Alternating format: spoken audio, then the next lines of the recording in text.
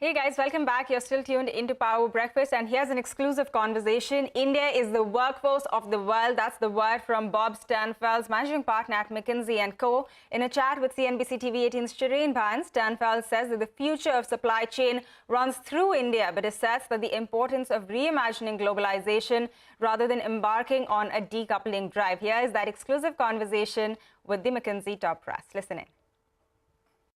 You look at the potential that is not unrealistic to sustain 7 to 8% GDP growth per year through India's 100th birthday in 2047.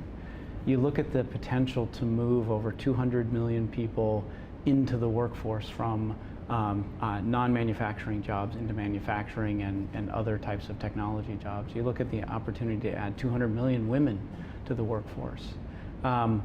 So I get very excited about that potential, and it's really underpinned maybe by three things. One is this notion that India is the workforce for the world. Between now and 2050, India will be home to over 20% of the global workforce. Right? So this is the workforce for the world. The second is, I think the future of supply chains runs through India.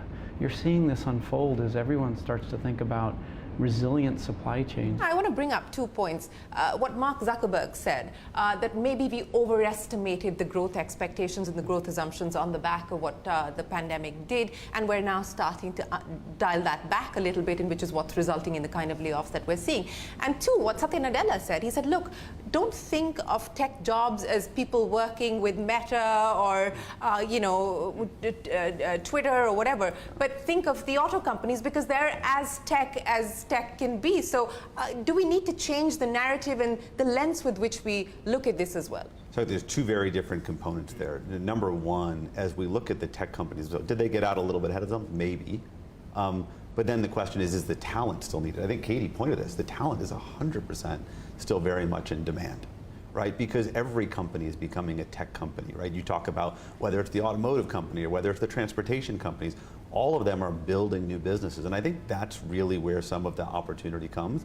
It's not just the net new startup. All right, that is the word coming in from the McKinsey